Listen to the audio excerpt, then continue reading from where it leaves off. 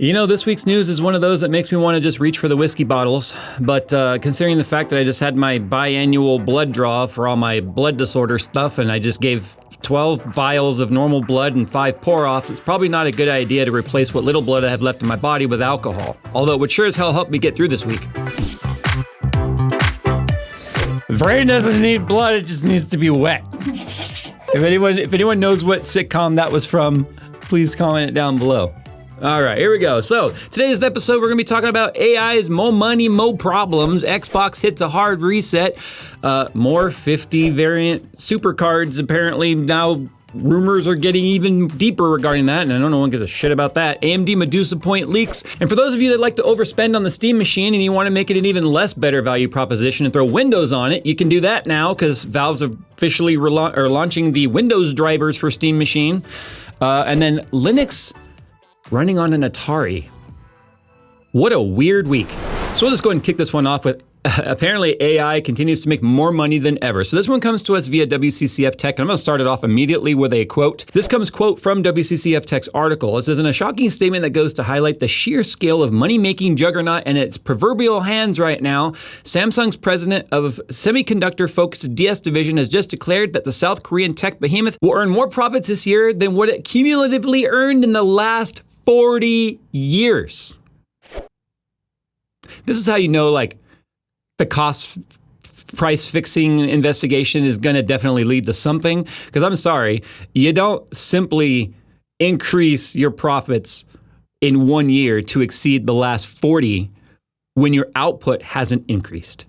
So it's kind of a crazy article. Now, obviously, it's not about TVs, not about phones or cars or any of that. It's simply about the AI infrastructure build out, and we know that. But they're on track to make $200 billion this year.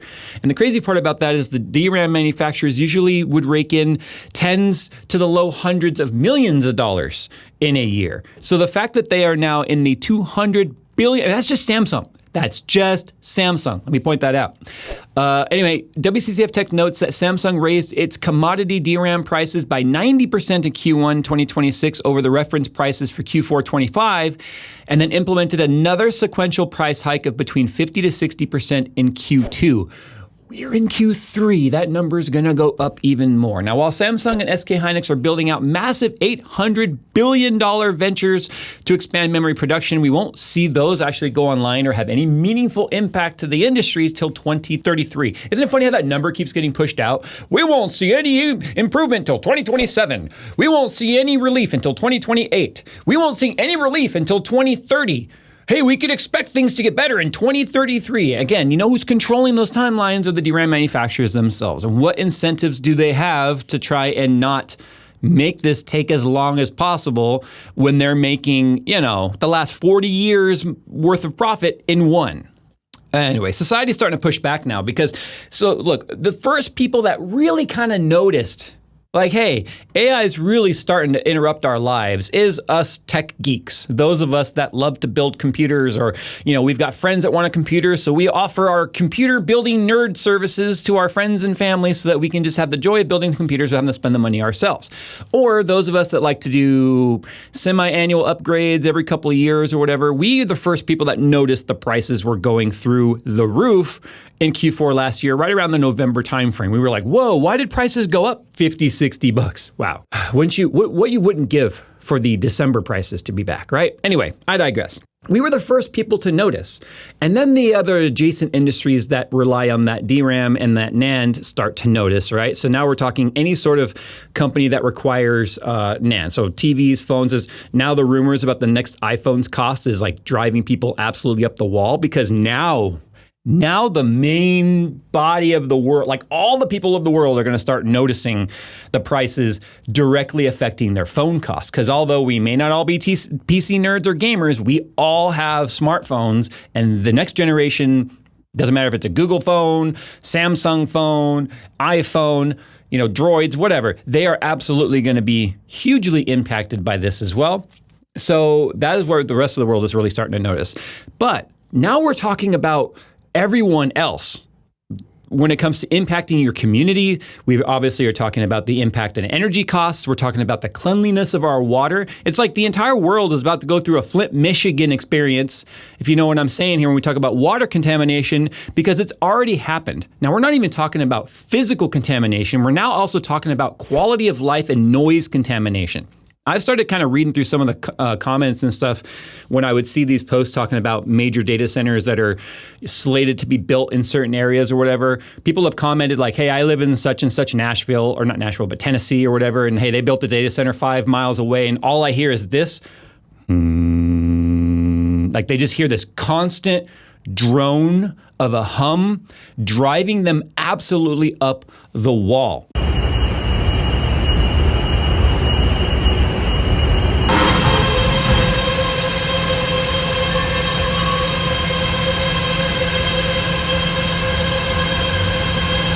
Then this comes to us via Tom's Hardware. The residents of Stortvant, it sounds very German. Anyway, Stortvant in Milwaukee, Wisconsin, filed a class action lawsuit against Microsoft due to the excessive noise produced by the company's Fairwater facility. CEO Satya Nadella described the project as, quote, the world's most powerful AI data center, end quote, and projected to generate 865,000 tokens per second and have a final bill of $7.3 billion. First of all, I can't even wrap my mind around the 865,000 tokens per second. Now, if you guys don't know what a token is, it's what you actually spend to make AI do things. And they sell those tokens so that people can buy those tokens to use their AI data center to make their AI slop for them. So that's why think of tokens as like you're mining Bitcoins. But tokens are looked at as the AI computational power that data center is capable of. And by being able to sell that many tokens per second is basically now, for $7.3 billion, they're going to make hundreds of billions, if not trillions of dollars over time on that money. It's crazy. Anyway, the filing describes the noise as not only excessive, and this is quote within the filing, not only excessive, but consistent and pervasive, end quote, and claims that Microsoft did not implement adequate acoustic barriers, shields, or walls that absorb, mitigate, and or prevent the escape of noise, thereby resulting in the off-site emission of excessive noise beyond its property. Doesn't it seem like a lifetime ago when we were complaining, not we, but people were complaining about the noise an airport made or the noise a racetrack made? And we talk about things escaping your property. You know that I get in trouble if the prawns of my palm tree hang over my fence line? Like, I don't know, man. The crazy part is someone somewhere in these municipalities had to approve the building of these data centers. And I hold those particular municipalities that are now the ones holding the bag for this because they approved those projects without even considering these factors. So this leads directly to the local legislatures that have agreed to the building of these data centers by only looking at the money this can generate for them in local property taxes and or permits and anything else that they can siphon off of these build projects to dump directly into their local government and then basically say, screw the residents. And now these buildings are there. There's no way in hell that they're going to be able to go back after the fact and now fine or make these companies, like the municipals themselves are not going to be able to go back to these data centers and say, hey, you didn't do this, this, and this, because it's pretty much guaranteed at this point that it wasn't required that they do this, this, and this. It was just required that they build it, and then they want to collect the tax revenue from it, and now the residents are sitting here with a terrible quality of life.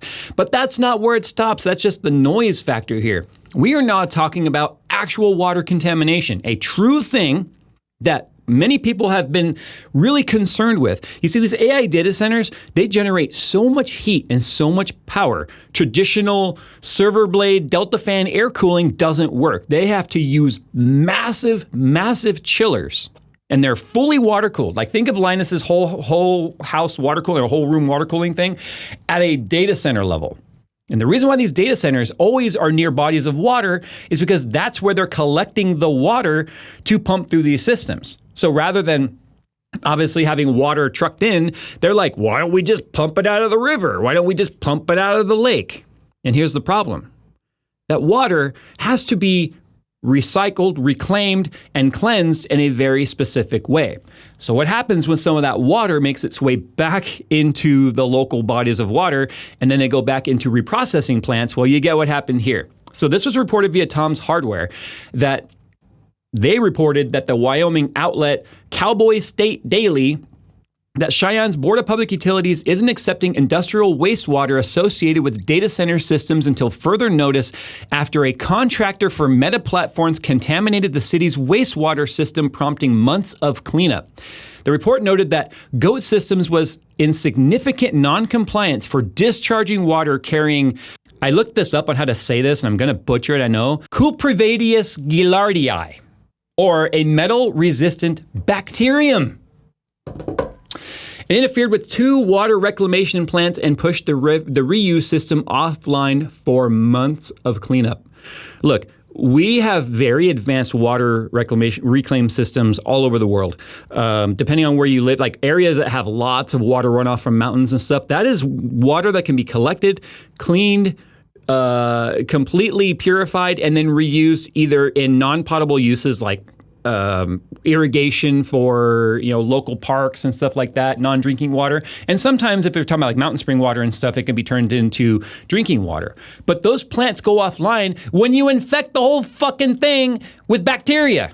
Because as that water is like moving through that system and picking up all those metals and all those other ions and things that they're touching in that data center, you're completely contaminating that water. And then it gets picked up into these recycler systems, you break them. So this is just one example, but it's happened more than once. Now, while officials are stressing that drinking water wasn't affected, it illustrates how the AI infrastructure is now increasingly intersecting with local utilities and environmental managements. So, and these are the kinds of things that the old farts that sit up in their little wooden desks in white columned, pillared buildings made out of ivory are sitting there just thinking about, look at all the money we can generate with this. They're not thinking about any of the fallout from any of this. And the funny part is they're the ones over there scratching their heads going, why did this happen? So now obviously regulators are scrambling and they're trying to figure out now what to do, because obviously this entire AI thing is moving faster than anyone could possibly imagine that it would, and it's outpacing the response that anyone can possibly have to in a meaningful and manageable way, get ahead of this problem. So this comes to us via Reuters, and it said on Monday, the UN Secretary General Antonio Guterres warned that AI is developing faster than we can keep up and called for global rules to reduce risks, especially those to children. So at the first ever government-level global dialogue on AI in Geneva, Guterres told delegates that, quote, a technology that can reshape economies, transform the world of work, sway elections, and tilt the balance of security is being deployed faster than anyone, including the people building it, can keep up. And he went on to add that innovation needs guardrails, and if AI is to be powerful, it must be governed. Is to be powerful? It already is.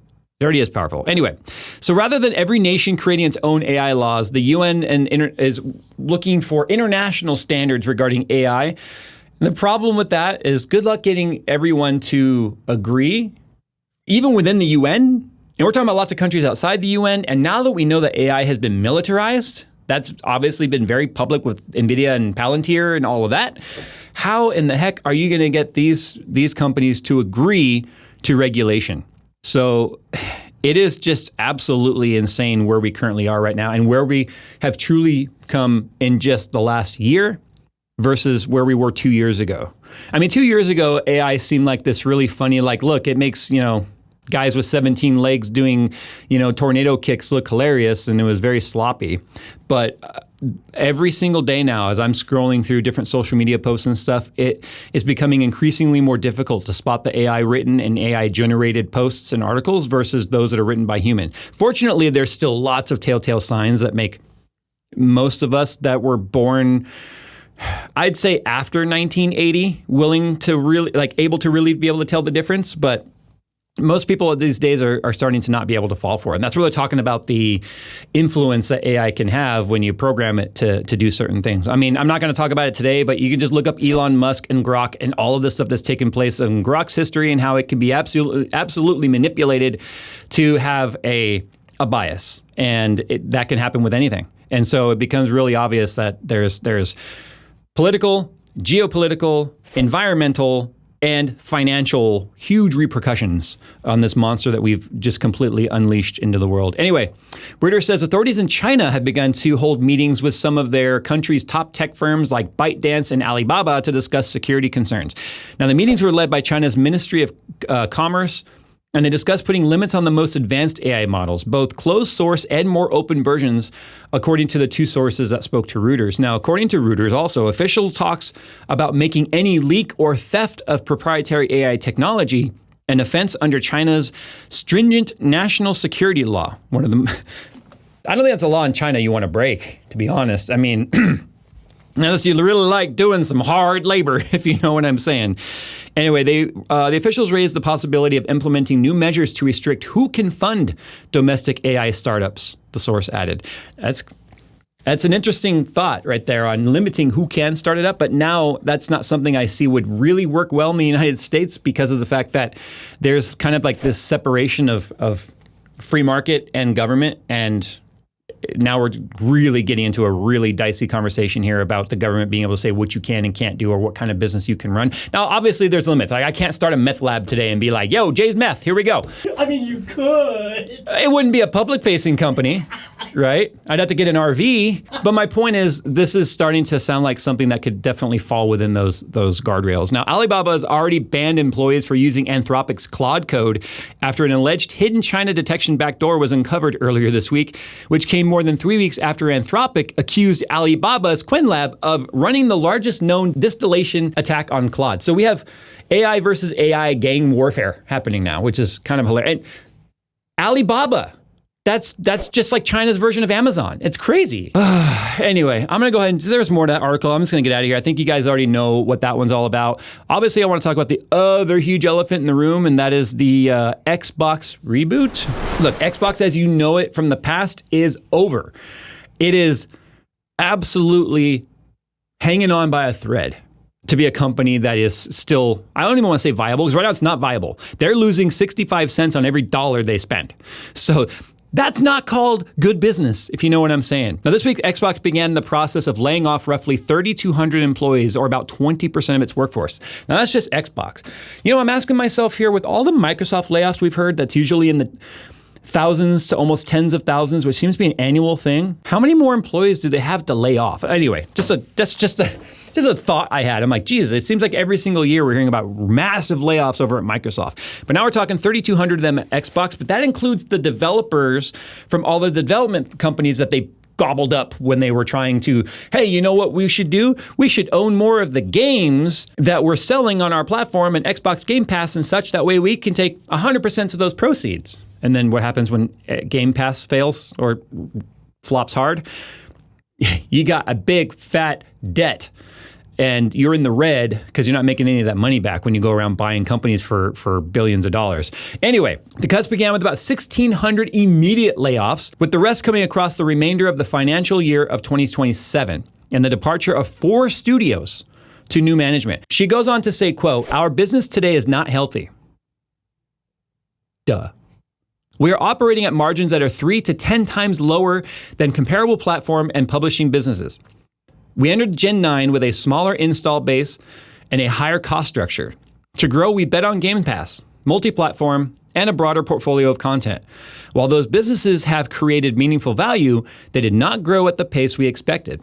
As that happened, our core business weakened, and we added more teams, more investment, and more time, hoping for a better outcome. And now the industry is facing the most severe hardware crisis in its history. We must reset Xbox. You know what I hear in that statement? Now, many of you like her. You guys think that she's trying to do some good things, and I agree. The immediate reduction of price of Game Pass is huge. She definitely was handed the look. Previous Xbox management was just blowing holes in the ship, and it was sinking, and was like basically like, here, you drive, and then they pieced out, and now she's got this sinking ship she's trying to do something with.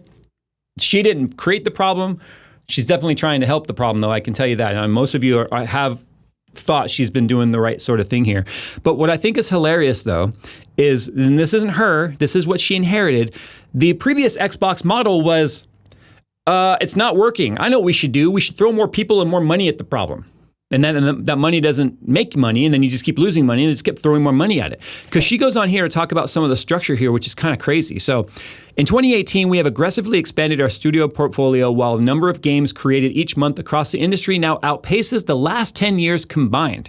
We now find ourselves competing not only with the largest publishers, but also with smaller independent studios It is neither possible nor desirable to own every great independent studio. We have also learned that we are not the best home for every type of studio. In a typical year, we lost 64 cents for every dollar we invested.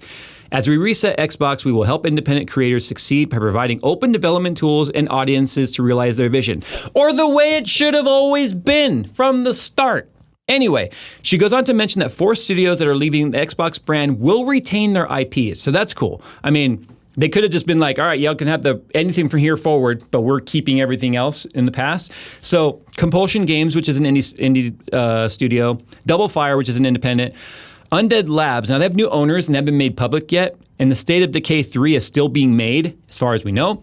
And Ninja Theory also have new owners that have not been made public. And Sensua is still being made. But here's the thing. Once Xbox offloads those 2 new owners, and they really take a good hard look at the state of the company and the expenses and their own proposition value, if you will, they may decide to not come out with those games. So that's important to note that as of right now, they haven't been shelved, but they haven't been shelved as of Microsoft/Xbox's decision, but the new CEOs of those companies could make those decisions. So there's just a lot to wait and see what's going to happen here. Now, this didn't happen overnight, because if we have to take a look at the past, Xbox hardware costs are exploding. Not Xbox's fault, we know that, but they are exploding nonetheless. Someone please give Bernie Sanders the memo on that. Console margins are terrible. They always have been. Microsoft spent nearly $100 billion acquiring studios, including Bethesda for $7.5 billion, Activision Blizzard for $69 billion, Mojang for $2.5 billion, and dozens of smaller teams like the affected Ninja Theory, Undead Labs, Compulsion Games, and Double Fine. And Game Pass growth has slowed compared to Microsoft's original expectations. They really bet the farm that Game Pass is what was going to carry them into profitability land, and that's just not been the way that it's worked. So here's what she went on to say, though, and I can't help but think of a certain movie with this. Today, in some parts of the company, work passes through as many as 14 layers of management. Yeah, you see, we just changed the cover sheets on our TPS reports, and did you get that memo? Sorry, but 14 levels of management. Dude, it's like there's 14 managers above a regular worker bee. That's crazy. And they're not even talking up to the CEO level. They're just talking about actual business management levels. Anyway, our platform teams are 40% larger than they were at the start of this generation. Even as our player base and playtime has declined, that complexity has slowed decisions, blurred accountability, and made it harder to deliver for players. As we reset Xbox, we will simplify. We will reduce management layers to no more than 5, where possible 3. 5 management levels still seems really high. Anyway, we will deliver success through a flatter organization that is built around makers or individual contributors focused on building, player coaches or leaders who remain deeply involved in the work while developing their teams, and directly responsible individuals or DRIs who own key decisions and outcomes, actual managers. Anyway, and we will streamline how we work across our tools with a cleaner code base, shared services, and 50% reduced vendor spend. Now, when we talk about all these layoffs and we talk about their other development studios that they acquired, right? Even successful studios, names that are household brands when it comes to gaming, id Software, reportedly half of its staff is gone. In fact, even Kotaku reported that anonymous source said, hey, at id Software, we don't have enough developers to develop games for our own engines, Doom and whatnot. So it's kind of funny that they're over here saying, well, we got so stripped down, we can't even create games anymore. It's now they can only support the games that they already have out, or any other games that are maybe using their engine. But in fact, just a few minutes ago, id Software put out on their Twitter, they're like, yeah, we do. I'm paraphrasing here, but they're basically saying, yeah, we have enough people to keep making the games that id's known for. So it's kind of funny that you've got social media and management tweeting one thing, and you've got actual workers on the inside saying another. Now, here's the funny thing. I believe the workers over the social media damage control people. I truly do, because I know what it's like to be literally, it's funny. Facebook likes to tell you 10 years ago on this day, here's what you did. And it's funny how I keep sharing with the guys what my life used to be like when everything literally is falling down and crumbling around me. I'm literally like Pirates of the Caribbean, dude, walking down holding the handrail as the ship is just exploding around him, right? Or the This Is Fine dog in the fire. And our management back then was always like, we are doing so great. Everything is just hunky-dory and we're creating software at a faster pace than we ever had before. And meanwhile, behind us, we're just like, with fire extinguisher, everywhere we could. Anyway, so I believe the workers on that one. So anyway, for years, people have watched Microsoft basically buy up the studios, and now we're watching them shrink the teams, spin off the studios, and restructure nearly everything. Now, the biggest criticism online is why buy all these studios if you were eventually going to cut them? And here's the thing, I don't think they intended, I don't think that was the obvious goal, is to spend money to cut something. I think they fell prey to that whole big corpo mentality of buy the competitor. But the problem is you still have your own mentality. You're still applying your philosophy to their work. And if you buy a studio and you strip them of their power to do what they were doing that was successful, and then you force your standards or whatever your ideologies are on top of them, you stifle them. And then you're sitting around scratching your ass wondering why the hell it's not working. So basically all they did at this point was like leech and then release. It's kind of not catch and release, it was leech and release. Anyway, enough of that. Let's go ahead and talk about some of the rapid fire news right here. So super variants of the RTX 5070, 5070 Ti, and 5080 emerge. Again. Again. So anyway, so far what we're seeing right here is potential higher power limits, right? So the 5070 Super would be a 275 watt card versus a 250. 5070 Ti Super, 350 watt card versus 50. And the 5080 Super, a 415 watt card up from, 470, 480, somewhere around there, 460. So a 415 watt card versus a 360. The higher power draw lines up with previous rumors that these cards could feature higher clock speeds and larger VRAM configurations. Potentially it's 24 gigs on it. What crack are these people smoking? Okay, first of all, higher power limits. Yay, more cards get to have the same, flaming cable of death. And then 24 gigs on a 5080 Super, I highly doubt that's going to be something that we could see. Anyway, again, the rumors are suggesting a CES refresh. No one cares. Okay, so AMD's next-gen Medusa Point 10-core 20-thread CPU beats its Strix 10-core 20-thread CPU. If you've never heard of that lineup, it's because it's basically the APU stuff. You'll see this stuff more in laptops and handhelds, things like that. The idea here is that the Zen 6 APU architecture is leaked again with only running at 2 gigahertz clock speed, but apparently featuring 22% higher multi-core scores than AMD's current 10-core lineup. Moving on here to Intel CPUs, the rumors are suggesting that Intel's coming up with a 12xe desktop Nova Lake CPU. So basically that's their iGPU. And it makes sense. They've already developed the architecture. Even if they're not going to try and really compete or even continue to come out with potentially, XE-based graphics card or ARC graphics cards for discrete market, you've already developed the architecture. You might as well start throwing it in things. So putting it into CPUs is not a bad thing. Now here's the thing. No gamers have ever been excited about an APU. I'm sorry. Even those of you that are like, I'm running an A10 blah, blah, blah from back in the day and it's great. Cool. You were a super minority within a minority. Good for you. But my point is gamers for the most part, and especially PC enthusiasts, have never been excited about APUs. But again, this is something that matters when it comes to potential growth on small form factor or handhelds or whatever. So yay for Intel. How many of you actually care though? I personally don't, but you guys can, take that for as you will. So Valve releases drivers for Windows. I mean, it's a computer. It's got off the shelf silicon, right? It's nothing super custom in there that requires you to run anything other than SteamOS and Arch Linux, which is what it's based on. So basically now if you have one and you just want to screw around with Windows, you can. So I don't personally see anyone doing that. Not because I don't think it's worth it. I mean, tinkering, there's never anything wrong with tinkering. In fact, I've got a whole video coming out soon of me ranting about these XR AR glasses that I got that I feel completely duped because they're not capable of doing what it is that they're advertising that they can do if you don't buy another piece that has to be accompanied with them. And so I'm going to put this company on full fucking blast. Wait for that. But this is one of those things where, tinkering with it, go ahead and do it if you want to, but it would be a terrible value proposition because the hardware is so limited. But if you wanted to, you can. And because it's just PC stuff, they went ahead and released drivers for it. The catch is Valve is not going to support it. I mean, they provided the drivers. And that's cool because this is one of those like right to repair kind of arguments. It's like Valve saying, hey, it's your hardware. Do what you want with it. They're not locking you down into that ecosystem like, Apple or somebody would.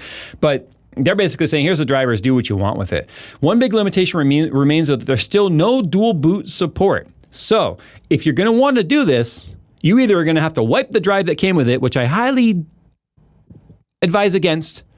You'd have to throw a different drive in there, and then you would have to install Windows with another drive. And then last but not least, a dev ports Linux to Atari's notorious Jaguar console from 1993. What I love about that is I don't think most people think of Jaguar when they think of Atari. I think people think of the Atari 2600, which is back in the 80s, when they think about that console. But anyway, a developer has successfully ported Linux to the Atari Jaguar, a console released in 1993 that was famously marketed as the world's first 64-bit gaming console. And it was a commercial flop. That's why I just said, like, nobody knew what the hell Jaguar was, right? The 2600 was like the last Jaguar, or the last Atari anyone even really thought of. And that's the one, if people were gonna try and score one as a retro gaming to play around with, they would want the 2600, not the Jaguar. But the Jaguar was incredibly underpowered by today's standards, featuring a 13.3 megahertz. That's one GPU bin step on a current NVIDIA graphics card. 2 megabytes of RAM. It's about $60 in today's money. And a custom Tom and Jerry co-processors. I love that they call it Tom and Jerry. But yet it can now run modern Linux kernel. Now, Jaguar earned a reputation as one of the hardest consoles ever to develop for, thanks to its unusual multi-chip architecture. Despite Atari's do the math marketing campaign, most developers ignored the custom processors and relied on their older Motorola CPU instead. But this isn't about turning Jaguar into a usable Linux PC. It's more of a technical achievement of like, hey, look what we could do with such old hardware kernel. And that's one of the reasons why people love Linux so much. You can kind of do anything with it, to be honest. Anyway, that's it for this week. I know this felt like we were really reaching for some news articles, but I feel like things really kind of quieted down for the most part. And yeah, so there's not going to be a news next week, by the way. I'm actually going to be up in Alaska, as far away from AI as I can get. I swear to God, if I'm up in Alaska, literally in like Skagway, I'm going to Skagway, which is where the like start of the Klondike Gold Rush was, with the White Pass Railroad, and literally people with mule and cart hiking up mountain pass to get through Canada back to Alaska again. It's only accessible by boat. They don't even have roads or an airport there. I swear to God, if I find anything AI up there, I'm going to beat the shit out of it just because I can. What if it's a data center up there? You get there, they bump you to the thing, and there's a data center just sitting there. Fuck you, Phil. I gotta go poop.